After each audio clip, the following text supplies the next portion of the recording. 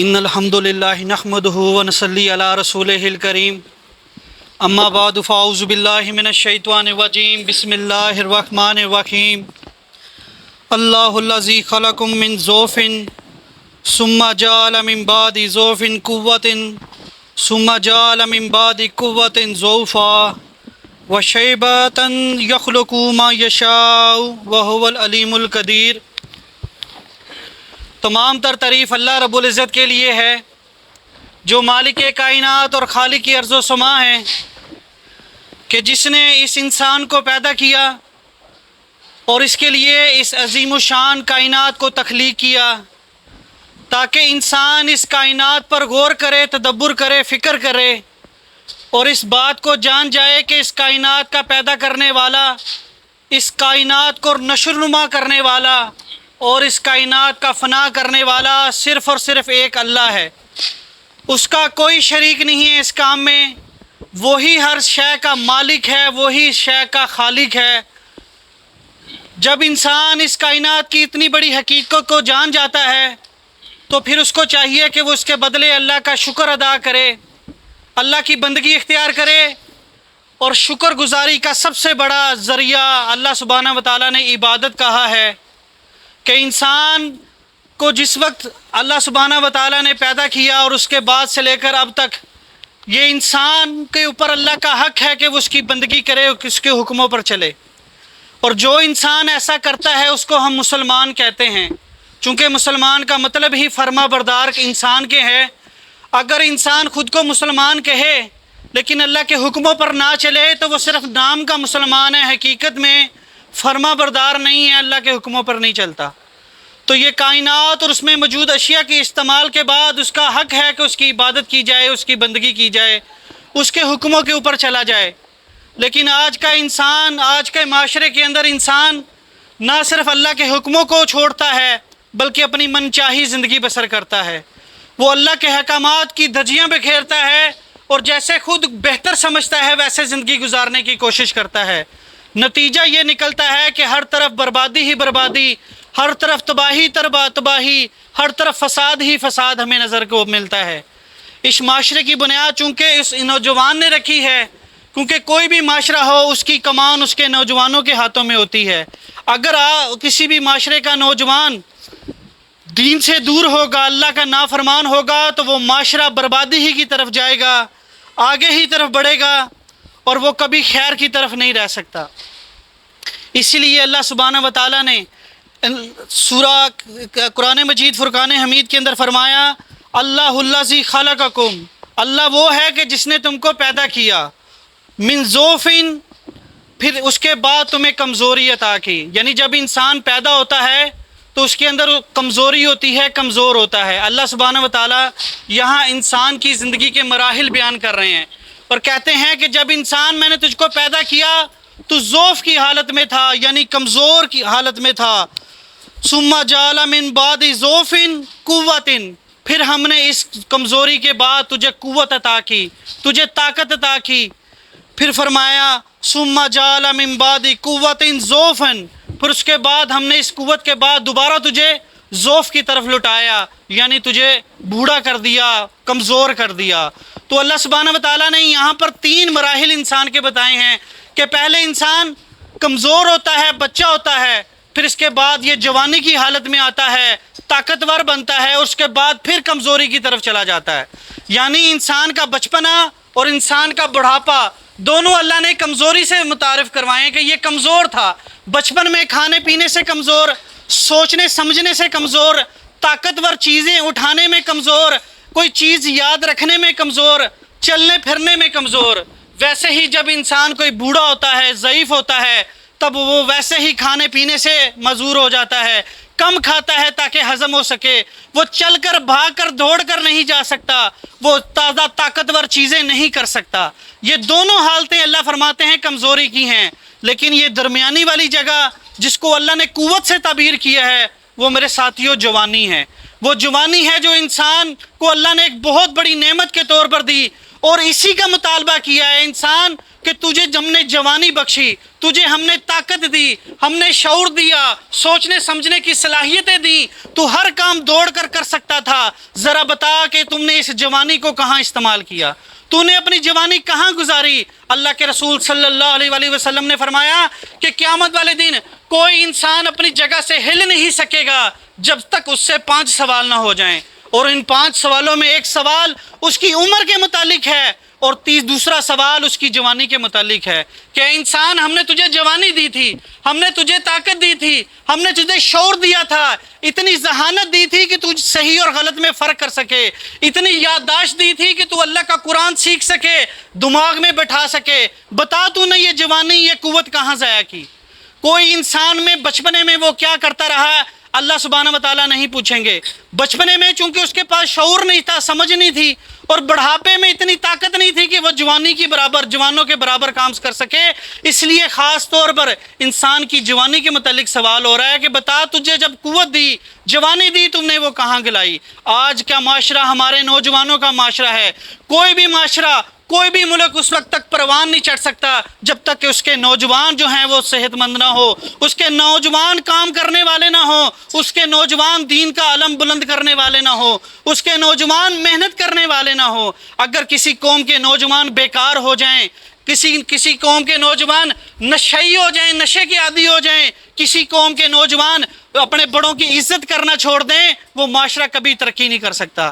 کوئی بھی ملک اگر کوئی منصوبہ بندی کرتا ہے تو اس کے پیش نظر اس کے نوجوان ہوتے ہیں، وہ سوچتے ہیں کہ ملک میں اگر انقلاب آئے گا تو یہ نوجوانوں کی ذریعے آئے گا، بچے انقلاب نہیں لا سکتے، بوڑھے اور کمزور بھی انقلاب نہیں لا سکتے، یہ نوجوانوں کا حصہ ہوتا ہے۔ اسی لیے میرے ساتھیوں، نوجوانی کی حالت میں کی گئی عبادت کو بھی زیادہ مقدم کہا گیا اور ذمہ داری بھی اتنی زیادہ ادا کی گئی، لیکن آج کا نوجوان بالکل فارغ ہے، آج کا نوجوان بالکل بیکار ہے، وہ دین کی دنیا سے دور ہے، اسے صحیح اور برے کی تمیز نہیں ہے۔ آج کا نوجوان جو ہے وہ نہ صرف بیکار ہے بلکہ نشے کا عادی بن چکا ہے، بے حیائی اور فحاشی کو فروغ دینے والا بن چکا ہے، اور وہ کوئی بھی قوم اور ملک اگر ترقی نہیں کر سکتی جب تک اس کا نوجوان ترقی کا ضامن نہیں بن سکتی اگر نوجوان اس کا ٹھیک نہیں ہے۔ اس لیے آپ ذرا دیکھیں کہ پیارے نبی کریم صلی اللہ علیہ وآلہ وسلم اور آپ کی ٹیم میں زیادہ تر ساتھی جو ہیں نوجوان تھے۔ ابو بکر صدیق رضی اللہ تعالیٰ عنہ کی عمر 38 سال بتائی جاتی ہے جب انہوں نے اسلام قبول کیا۔ عمر فاروق رضی اللہ تعالیٰ عنہ کی عمر 32 سال بتائی جاتی ہے جب انہوں نے اسلام قبول کیا۔ علی رضی اللہ تعالیٰ کی عمر 10 سال بتائی جاتی ہے جب انہوں نے اسلام قبول کیا۔ اس طریقے سے دیگر صحابہ اکرام، زبیر رضی اللہ تعالیٰ 15 سال، طلحہ رضی اللہ تعالیٰ 17 سال، اسی طرح عبداللہ بن مسعود رضی اللہ تعالیٰ، عمار بن یاسر رضی اللہ تعالیٰ عنہ، سعید بن زید رضی اللہ تعالیٰ عنہ، یہ سب کم عمر نوجوان تھے۔ یہ نوجوانی کی حالت میں اسلام کے اندر آئے، اسلام کو قبول کیا اور پھر انہوں نے اسلام کو دور دور تک پہنچایا، اور یہ بہت ہی بڑے ایسے بنے کہ جنہوں نے اسلام کی بنیادیں رکھی اور آگے تک پہنچایا۔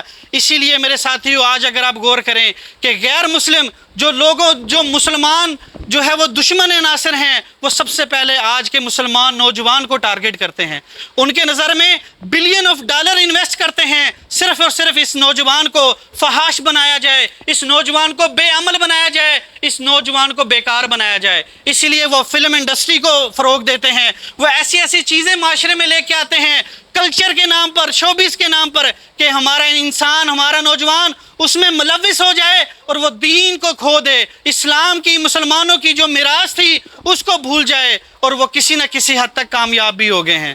آج ہمارا معاشرہ، ہمارے نوجوان چونکہ اس کے اندر ملوث ہیں، اسی لیے اسلام کا نام لینے والا کوئی نہیں، اسلام پستی کے اندر ہے۔ اس کی یہی وجہ ہے، اس کے سب سے زیادہ اگر کوئی گناہ گار ہیں تو وہ ہمارے نوجوان ساتھی ہیں۔ آج نوجوان کا حال بہت ہی برا ہے۔ آئیں آج دیکھیں کہ یہ نوجوان کن کن خرافات کے اندر ہے اور ان خرافات کی وجہ سے ان کا انجام کیا ہوگا۔ ہمارا مسلمان کی سب سے پہلی تباہی کی وجہ وہ یہ ہے کہ وہ دین اور ایمان سے محروم ہے۔ آج ہم اپنے بچے کو مسلمان ہونے کے ناطے بچپن میں اسے قاعدہ تو پڑھاتے ہیں، نورانی قاعدہ تو پڑھاتے ہیں، اور بڑے شوق سے کہتے ہیں ہمارا بچہ قرآن مکمل کر لے، کہتے ہیں قرآن ختم کر لے، اور جیسے ہی وہ قرآن ختم کرتا ہے، مکمل کرتا ہے، دوبارہ کبھی اس نے پڑھنا ہے نہیں پڑھنا ہے اس کی کبھی ہم نے سوچ نہیں سوچی، وہ ایسا ٹھپ کرتا ہے، معاشرے میں نکلتا ہے کہ دوبارہ کبھی قرآن نہیں اٹھاتا، وہ معاشرے کے اندر ویسے ہی کرتا ہے جیسے اس کی سوچ تھی۔ اس کو بتایا نہیں گیا کہ یہ قرآن مجید فرقان حمید تو سمجھنے والی کتاب تھی، یہ قرآن مجید فرقان حمید تو عمل کرنے والی کتاب تھی۔ اس نے تو تجھے بتانا تھا کہ معاشرے میں نکل کر تو نے لوگوں کے ساتھ کیسا سلوک کرنا ہے، تو نے کاروبار کرنا ہے تو کیسے کرنا ہے، کیا چیز حلال ہے کیا چیز حرام ہے، تو نے بڑوں کا ادب کیسے کرنا ہے، والدین کے تیرے اوپر کیا حقوق ہیں، تیرے ہمسائے کے تیرے اوپر کیا حقوق ہیں، تیرے لیے حلال کیا ہے، تیرے لیے ازواج تیری زوجہ کے حقوق کیا ہیں، تیری اپنی اولاد کے کیا حقوق ہیں۔ وہ معاشرے میں رہنے کے تمام جو اصول تھے وہ اصول اس سے قرآن سے ملنے تھے، اس نے قرآن کو چھوڑ دیا۔ اس کے نتیجے میں یہ اصول اس سے کہاں سے ملے؟ معاشرے میں چلتے ہوئے روایات سے۔ جیسے لوگوں کو کرتے ہوئے دیکھا ویسے ہمارا نوجوان کرنا شروع ہو گیا اور سمجھا کہ یہی ٹھیک ہے۔ یہ ہے سب سے بڑی وجہ۔ آج ہم کہتے ہیں ہم موحد ہیں، ہم خود تو دین کو سمجھتے ہیں لیکن اپنی اولاد کو دین کے لیے آگے نہیں کرتے۔ ہم نہیں سمجھتے کہ ان دین کو ان کو پڑھائیں تاکہ ان کی زندگیاں بھی محفوظ ہوں، تاکہ یہ بھی مسلمان بنے اور اللہ کے دین کو آگے فروغ دینے والا بنے۔ اللہ تو فرماتے ہیں قُوا أَنفُسَكُمْ وَأَهْلِيكُمْ نَارًا، اپنی جان کو اور اپنے اہل و عیال کو آگ کے عذاب سے بچاؤ۔ لیکن ہم اتنے غفلت کے اندر ہیں کہ ہمارا زندگی کا سب سے بڑا سرمایہ وہ ہماری اولاد ہے، اس سرمایہ کو ہم آگ میں جھونک رہے ہیں، اپنے ہاتھوں سے آگ کے اندر جھونک رہے ہیں، لیکن ہمیں اس کی پرواہ نہیں ہے۔ تو کیسے بنے گا اسلامی معاشرہ؟ جس کے اوپر کمان تھی، وہ کمان کے علمدار جو آگے بڑھنے والے تھے وہ پیچھے بڑھ گئے اور دین کو بالکل ہی صرف پڑھنے کے لیے اور صرف ایک عقیدے کی کتاب سمجھا، اس کو عمل کے قابل نہیں سمجھا۔ نتیجہ یہ نکلا کہ معاشرے کے اندر دین ناپید ہو گیا۔ یہ سب سے بڑی تباہی اور بربادی کی وجہ ہے۔ دوسری وجہ کہ ہمارا نوجوان آج بے مقصد ہو گیا ہے۔ آج ہمارے نوجوان کیا کوئی مقصد نہیں ہے۔ ان سے پوچھا جائے کیا کرنا چاہتے ہو تو وہ بتائیں گے کہ میں کاروبار کرنا چاہتا ہوں، میں اپنا معاشرت بہتر بنانا چاہتا ہوں، اچھا اقتدار ہو، اچھا گھر ہو، اچھا کھانا پینا ہو، یہی اس کا مقصد رہ گیا ہے۔ جبکہ اللہ سبحانہ وتعالیٰ نے تو انسانوں کا مقصد کچھ اور بتایا۔ اللہ فرماتے ہیں وَمَا خَلَقْتُ الْجِنَّ وَالْإِنسَ إِلَّا لِيَعْبُدُونِ، میں نے تو جنوں انسانوں کو اپنی بندگی کے لیے پیدا کیا تھا۔ یہ رزق کا وعدہ تو میں نے کر دیا ہے، اس کو ملے گا جب تک یہ زندہ ہے، لیکن اس نے جو کچھ کرنا ہے وہ تو میری بندگی تھی، میری اطاعت تھی، میرے کلمے کو بلند کرنا تھا، میرے شریکوں کو مٹانا تھا۔ اور کوئی انسان جو شریک ہونے کا دعویٰ کرے اس کو بتانا تھا کہ اللہ کا کوئی شریک نہیں ہے، انہوں نے اس دعوت کو فراموش کر دیا۔ تو یہ اس کا سب سے بڑی وجہ بنی کہ وہ بیکار تھے۔ اللہ سبحانہ وتعالیٰ سورہ محمد کے اندر فرماتے ہیں کہ وہ لوگ جو کفر کرتے ہیں وہ تو ایسے ہیں جیسے جانور کھاتے پیتے ہیں ویسے وہ کھاتے پیتے ہیں۔ یعنی ان کی زندگی کا مقصد کیا ہے کہ صرف کھایا پیا سویا، کاروبار میں چلے گئے اور رات ہو گئی نیند ختم کر لی، بس یہی۔ یہ تو کام جانور بھی کرتے ہیں، وہ بھی کھاتا ہے پیتا ہے، افزائش نسل کے لیے جو کام کرنا ہے وہ بھی کرتا ہے، رات کو سو جاتا ہے۔ تو انسانوں میں اور جانوروں میں کیا فرق رہا؟ اے انسان تو بڑا مقصد تھا، تو اشرف المخلوقات بنایا تھا، اس سے بہتر تھا، لیکن تو نے اپنا مقصد بلا دیا۔ نتیجہ کیا نکلا؟ کل انعام جانور بن کر رہ گیا، بلکہ جانور سے بھی بدتر ہو گیا کہ اللہ کا شریک بنانے لگا اور اس رب کی جس نے تجھے بے تہار نعمتیں دی اس کا ناشکرہ بن گیا۔ دنیا کے اندر تو تیرے اوپر کوئی احسان کرتا ہے تو یاد رکھتا ہے کہ اس بندے نے میرے پر احسان کیا، اس نے فلاں وقت پہ میرے کام آیا، لیکن اپنے رب کو بھول جاتا ہے جب اندھیروں کے اندر اس کی دعاؤں کو سنتا ہے، اس کی تکلیفوں کو دور کرتا ہے، جو اسے سانس جیسی بڑی نعمت دیتا ہے۔ اگر سانس رک جائے تو یہ اپنا سانس بحال نہیں کر سکتا، یہ اس رب کو بھول گیا جو ہر سیکنڈ کے اندر اس کے ساتھ چلتا تھا۔ تو میرے ساتھیوں یہ اس کی دوسری سب سے بڑی وجہ۔ تیسری سب سے بڑی وجہ نوجوانوں کی وہ یہ ہے کہ اپنے والدین کے نافرمان بن گئے ہیں، اپنے والدین کے نافرمان بن گئے ہیں۔ وہ اللہ جس نے کہا تھا کہ میرے حق کے بعد تم نے دنیا کے اندر اپنے والدین کی خدمت کرنی ہے، ان کے ساتھ احسان کرنا ہے، وہ جو دنیا میں ہمارے سب سے بڑے خیر خواہ ہیں، ہم نے ان کو اپنا دشمن مان لیا ہے۔ ہم سمجھتے ہیں یہ ہمارے دشمن ہیں، ان کے مقابلے میں ہمارا دوست، ہمارا کلاس فیلو زیادہ اہمیت کے حامل ہے۔ ہم ان کی محفل کے اندر بیٹھے اپنے والدین کی بات کا انکار کر دیتے ہیں، اپنے والدین کی بات کو جو ہے وہ چھوڑ دیتے ہیں، لیکن اپنے دوست کا دل نہیں دکھاتے۔ یہ سب سے بڑی تباہی کی وجہ ہے۔ اگر دنیا میں کوئی بے لوث آپ کی اگر کوئی خیر خواہی کر سکتا ہے تو وہ آپ کے والدین ہیں۔ تو میرے ساتھیوں ہم نے اپنے والدین کا احترام کرنا چھوڑ دیا۔ قرآن مجید فرقان حمید کے اندر 4 مرتبہ اللہ سبحانہ وتعالیٰ نے اپنا حق بیان کرنے کے بعد والدین کے حق کے بارے میں فرمایا۔ سورہ بنی اسرائیل آیت نمبر 23 کے اندر اللہ تعالیٰ فرمایا اللہ تعالیٰ فرماتے ہیں وَقَضَىٰ رَبُّكَ إِلَّا تَعْبُدُوا إِلَّا إِيَّاهُ، اور تیرے رب کا حکم ہے کہ صرف تو اسی کی عبادت کرے، وَبِالْوَالِدَيْنِ احسانا، اور اپنے والدین کے ساتھ احسان کرے، اپنے والدین کے ساتھ احسان کرے۔ اگر والدین میں سے دونوں میں سے کوئی ایک یا دونوں بڑھاپے کی حالت میں چلے جائیں تو ان کو اف تک نہیں کہنا، اف تک نہیں کہنا کہ یہ تم نے آپ نے کیا کیا اور کیوں کیا۔ اس کا مطلب ہے اپنے ماتھے پہ بل تک نہیں لانا، شکن تک نہیں کرنا، کوئی جواب نہیں دینا اس کا۔ لیکن ہمارا آج کا معاشرہ یہ ہے کہ بچے جو ہے والدین کی نافرمانی پتر آئے ہیں، اس سے بدتمیزی کرتے ہیں، بد اخلاقی کرتے ہیں، اور سمجھتے ہیں کہ یہ ہمیں جو ہے وہ ہر کام سے روکتے ہیں۔ نہیں نہیں میرے ساتھیوں، میرے نوجوانوں، وہ سب سے بہترین خیر خواہ ہیں۔ یہ وہ تیرے خیر خواہ ہیں کہ جن کی اگر تو نے خدمت کی اور ان کے حکموں پر چلا اور دین کی تابع داری کرتا رہا تو اللہ سبحانہ و تعالیٰ نے جنت کا وعدہ کیا ہے ان کی خدمت کے بدلے۔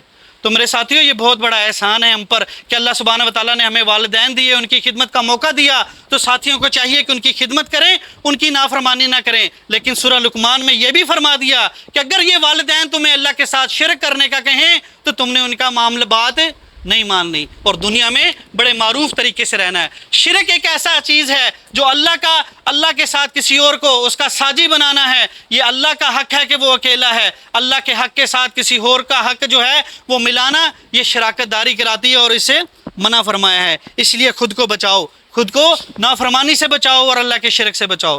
ہمارے نوجوانوں کا جو چوتھا سب سے بڑا مسئلہ ہے وہ یہ ہے کہ آج کا نوجوان ہمارا عشق اور محبت کے اندر پڑ گیا۔ ہمارا نوجوان یہ وہ چیز کے اندر آ گیا ہے جس کو اللہ سبحانہ و تعالیٰ نے منع فرمایا ہے۔ بے شک اللہ سبحانہ و تعالیٰ نے مرد اور عورت کے اندر جو ہے وہ کشش رکھی ہے، لیکن اللہ کے رسول نے فرمایا کہ جب تم نوجوان ہو جاؤ اور شادی کے قابل ہو تو تمہیں چاہیے کہ تم شادی کر لو۔ اس سے ہوگا کیا؟ ایک تو تمہاری نظر کنٹرول میں آ جائے گی اور تمہارا نفس محفوظ ہو جائے گا۔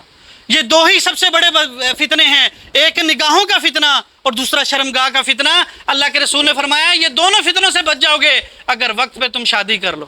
آج والدین اپنے اولاد کی وقت پر شادی نہیں کرتے اور نتیجتاً کیا ہوتا ہے کہ یہ باہر دوسری خواتین کے ساتھ میل ملاپ رکھتا ہے، ان سے دوستیاں رکھتا ہے، اور اس کا نتیجہ کتنا ہی برا ہوتا ہے کہ والدین کو بھی بدنامی کا سامنا کرنا پڑتا ہے اور انسان اس گناہ تک جا پہنچتا ہے کہ جس کے بارے میں اللہ نے فرمایا وَلَا تَقْرَبُوا الزِّنَا، زنا کے قریب بھی نہ جانا۔ تو انسان قریب کیا وہ زنا تک کی حالت میں پہنچ جاتا ہے، یہ اس کی اتنی بڑی تباہی کا سبب بنتا ہے ہمارا۔ اس لیے میرے ساتھیوں اس کو الگ کریں، ہمارے خواتین کو باپردہ رکھیں، ان کو بتائیں کہ یہ کتنا ہی اللہ تعالیٰ نے اس کی تاکید کی ہے، اس کو منع فرمایا ہے۔ جب تک ہمارے نوجوان میں یہ شعور نہیں آئے گا تب تک یاد رکھیے وہ بربادی ہوگا۔ آج ہمارا نوجوان اس چیز کو اپنا سٹیٹس سمجھتا ہے اور بڑے فخر کے ساتھ بتاتا ہے۔ پہلے لوگ چھپاتے تھے اپنے جو افیئرز ہوتے تھے، آج بتاتے ہیں، کھل کے بتاتے ہیں کہ میری اتنے افیئرز ہیں، میری فلان جگہ پہ افیئر ہیں۔ ہم اپنی کالج یونیورسٹیوں کے اندر یہی تعلیم دے رہے ہیں اور یہی جو اخلاط ہے مرد اور خواتین کا، یہ اس کا سبب بن رہا ہے کہ آج بیٹی اور بہو اور ہماری بچے سرعام جو ہے وہ اپنے والدین کے ساتھ اپنی عشق اور محبت کی داستان سناتے ہیں اور انسان ڈوب کے مر جاتا ہے کہ میرے بچے میری بیٹی آج کیا بات کر رہی ہے، میں نے تو اسے مسلمان بنایا تھا، باپردہ بنایا تھا۔ ارے انسان کہاں بنایا تھا؟ یہ مواقع دینے والا کوئی اور تھا، اس کے فحاش کپڑے خریدنے والا کوئی اور تھا، اس کو کھلی اجازت دینے والا کوئی اور تھا، اس کو موبائل انٹرنیٹ سے آراستہ کرنے والا کوئی اور تھا۔ گویا کہ تو نے یہ چیز دی اس کی تعلیم کے لیے، لیکن اس کا غلط استعمال سے روکنا بھی تو تیرا فرض تھا۔ تو نے اگر اس کو اسلحہ دیا تو بتانا تھا کہ یہ حفاظت کے لیے ہے، نہ کہ کسی کے قتل کے لیے۔ اسی طرح اگر موبائل اور انٹرنیٹ دیا تو بتانا تھا بیٹا یہ صرف تعلیم حاصل کرنے کے لیے ہے، نہ کہ اس کے ساتھ تم دوسرے غیر ضروری کام کرو، یہ اس سے روکنا تھا۔ لیکن ہم نے نہیں روکا، نتیجہ کیا نکلا؟ ہماری بچیاں، ہمارے بچے عشق اور محبت میں ایسے گرفتار ہو گئے کہ آپ نے دیکھا ہے کہ وہ اس کی خاطر زہر تک پی لیتے ہیں، اپنی جان خودکشیاں کرنے کے لیے تیار ہو جاتے ہیں۔ صرف چھوٹا سی معاملہ ہوتا ہے اور بات کہاں چلی جاتی ہے، یہ بھول جاتے ہیں کہ یہ جان اللہ کی دی ہوئی تھی، اللہ کی طرف سے امانت تھی، اس پر میرا حق نہیں کہ میں اس کو خود کو جان لے سکوں۔ یہ جان لینے والا انسان اللہ کو حق کو بلا دیتا ہے اور ایک دوسرے کی محبت میں گرفتار ہو کر اتنا بڑا سنگین قدم اٹھا لیتا ہے۔ یہ بہت ہی ممانعت کی گئی ہے اس کے بارے میں۔ اسی طرح ہمارا آج کا نوجوان بے حیائی کی طرف بڑھ رہا ہے، وہ بے پردہ ہو گیا ہے، وہ ناچ گانے کو اور جسم کی نمائش کو عام سمجھنا جا رہا ہے، اور جہاں پر بے حیائی عریانی آ جاتی ہے یاد رکھیے وہاں ایمان نہیں بچتا۔ اللہ کے رسول صلی اللہ علیہ وآلہ وسلم نے فرمایا حیا اور ایمان ساتھ ساتھ رہتے ہیں، جہاں سے حیا گئی ایمان بھی چلا جاتا ہے۔ جہاں سے حیا جاتی ہے ایمان بھی واپس نہیں وہاں نہیں رہتا۔ اسی لیے اپنے آپ کو، اپنے نوجوانوں کو حیادار بنائیں۔ اے نوجوانوں، تم سے خطاب ہے، خود کو حیادار بناؤ، اپنے عزت کی، اپنے نفس کی حفاظت کرو، اپنے جان کی حفاظت کرو۔ یہ عام نہیں ہے کہ کسی کے اوپر بھی آپ نچھاور کر دیں، یہ صرف اللہ کا حق ہے، اسی کی دی ہوئی ہے، جب اسی کی راہ میں لگائیں گے تو اس کا صحیح حق ادا ہوگا۔ اسی طرح آج کا نوجوان ہمارا گنڈا گردی کے اندر ملوث ہو چکا ہے، آج کا ہمارا بدماش بننا چاہتا ہے، آج کا نوجوان ہمارا ایک دوسرے پر روب اور دبدبہ رکھنا چاہتا ہے اور کہتا ہے کہ میں معاشرے میں لکوں تو لوگ مجھ سے ڈریں، اس پر روب اور دبدبہ بنانا چاہتا ہے۔ یہ بھی اسلام کے اندر جائز نہیں ہے۔ اللہ نے سبحانہ و تعالیٰ نے آپ کو طاقت دی، قوت دی، اس کا صحیح استعمال کرنا تھا، اللہ کے دین کے لیے استعمال کرنا تھا، لیکن تم نے اللہ کے دین کی حفاظت کے لیے نہیں بلکہ اللہ کے دین کے خلاف استعمال کیا، تو یاد رکھیے یہ قوت جو اللہ نے دی ہے یہ قوت چھیننے پر بھی قادر ہے، اور اس قوت کے متعلق تم سے پوچھا جائے گا، کل پوچھا جائے گا کہ تمہیں جو طاقت دی تھی وہ کس لیے دی تھی۔ اسی لیے طاقت کے اپنے کو صحیح کام کے لیے استعمال کریں، طاقت کو روب جاڑنے کے لیے نہیں بلکہ لوگوں کے اوپر ظلم ہونے سے بچانے کے لیے استعمال کریں، کہ کہیں کسی پر ظلم نہ ہو، اس کے لیے ڈٹیں، اپنی جان پیش کریں کہ ہاں میرے ہوتے ہوئے کوئی یہ ظلم نہیں کر سکتا، میں اس کے لیے کھڑا ہوں، یہ کام کرنا میرے اور آپ کے اوپر ضروری ہے۔ اور اللہ تعالیٰ نے فرمایا، رسول اللہ صلی اللہ علیہ وسلم کی حدیث ہے، مومن تو وہ ہوتا ہے کہ جس کے ہاتھ اور زبان سے دوسرے مسلمان محفوظ ہوتے ہیں۔ ہمارا مسلمان اپنے آپ، اپنی زبان اور اپنے ہاتھوں سے دوسروں کو محفوظ رکھے، دوسروں کو تکلیف دے گا تو وہ ایمان اس کے دل کے اندر نہیں رہ جائے گا بلکہ اللہ کے رسول صلی اللہ علیہ وسلم کی سنت بھی جاتی رہے گی۔ اسی طریقے سے ہمارے نوجوان کا ایک اور بڑا المیہ یہ ہے کہ وہ اپنے وقت کی قدر نہیں کر رہا۔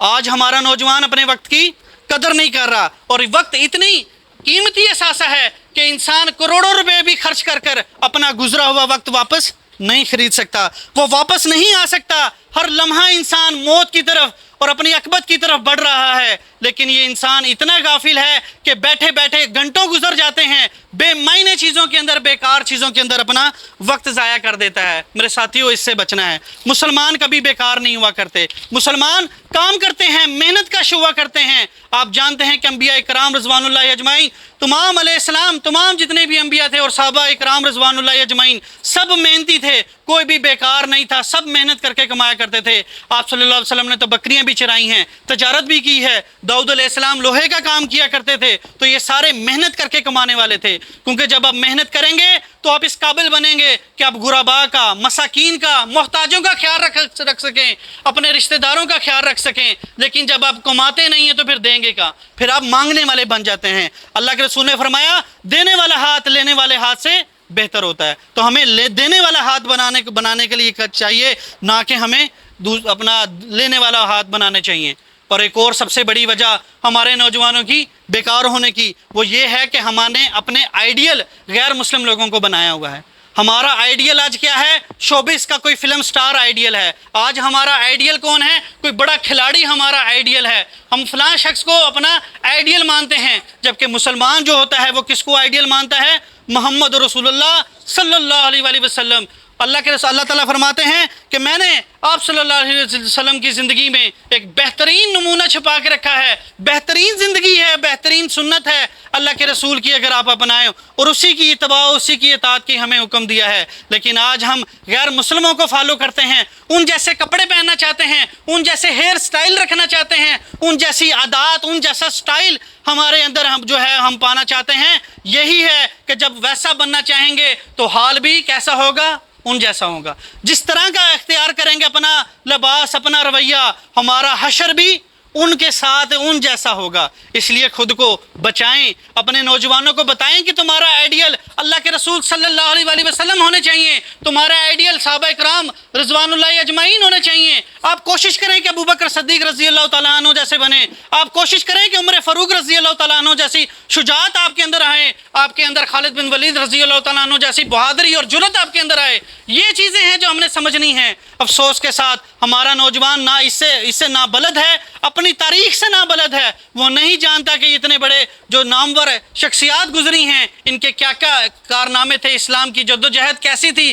ہم نے نہ بڑوں نے بتایا، نہ نوجوان اس کو سمجھنے کے لیے تیار ہیں۔ یہ بہت ضروری چیز ہے کہ ہم ان کو بتائیں کہ ہمارے نوجوان مسلمان کے سب سے بڑے لیڈر پیارے نبی محمد عربی صلی اللہ علیہ وسلم کی زندگی کیسی تھی، کس طریقے سے انہوں نے چند برس کے اندر یہ دین جس کا کوئی نام لیوا نہیں تھا، جو بتوں کی پوجا کیے کرتے تھے لوگ، ان کے اندر یہ وحدانیت والا دین کیسے پھیلایا، کیسے جنگیں کی اور خود کو دین کے لیے پیش کیا، یہ بتانے والی بات ہے۔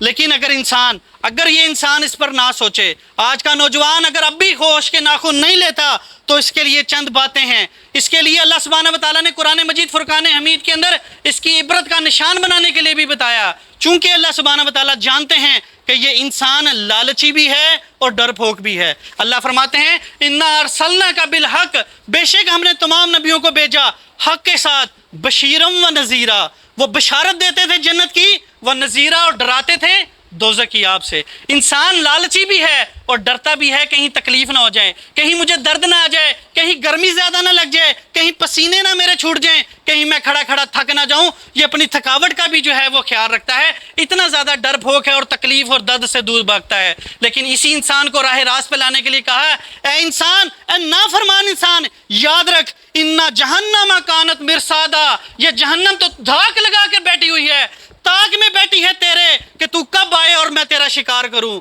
جیسے شکاری شکار کو دیکھ کر تاک لگا کر بیٹھا ہوتا ہے کہ میں اس کو آؤں، ویسے جہنم ان نافرمان انسانوں کے لیے جو اللہ کی بغاوت کے اندر زندگی بسر کرتے ہیں، یہ جہنم کیا ہے؟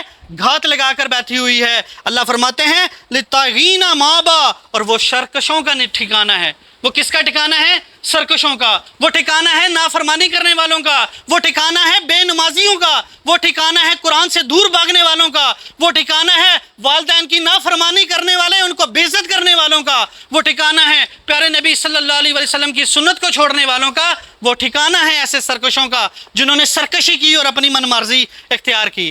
ذرا انسان اس آگ کے بارے میں سوچ، جہنم کی آگ کے بارے میں اللہ تعالیٰ فرماتے ہیں وَقُودُهَا النَّاسُ وَالْحِجَارَةُ، وہاں کی آگ کیا لکڑی سے جلائی جائے گی؟ وہاں کی آگ کیا CNG سے جلے گی، LPG سے جلے گی، ڈیزل یا پیٹرول سے جلے گی؟ جہاں تو کہے کہ لکڑی کا سیک ٹھیک نہیں آ رہا، تھوڑا پریشر اور ہونا چاہیے، CNG تیز کرو، نہیں، اللہ تعالیٰ فرماتے ہیں، کیا فرماتے ہیں؟ نار اللہ موقدا، وہ اللہ کی جلائی ہوئی آگ ہوگی، وہ تیرے میری جلائی ہوئی آگ نہیں ہوگی کہ لکڑی کم پڑ گئی، CNG کا پریشر کم ہو گیا، نہیں، ان نار اللہ موقدا، وہ اللہ کی بھڑکائی ہوئی آگ ہے، التی تطلع علی الافئدہ، وہ آگ تو تیرے دلوں کو جا پہنچے گی، انہا علیہم مؤصدہ، اس کے اندر تجھ کو بند کر دیا جائے گا، جیسے پریشر کوکر کے اندر بند کر دیا جاتا ہے، دائیں بائیں آگ ہی آگ ہوتی ہے، ویسے اس انسان کو اس جہنم کی آگ میں بند کر دیا جائے گا، فی عمد ممددہ، اور وہ آگ جو ہوں گے اس کے ستون پہاڑوں جتنے اونچے ہوں گے، اتنی بلند اور بالا جو ہوگی وہ ہوگی۔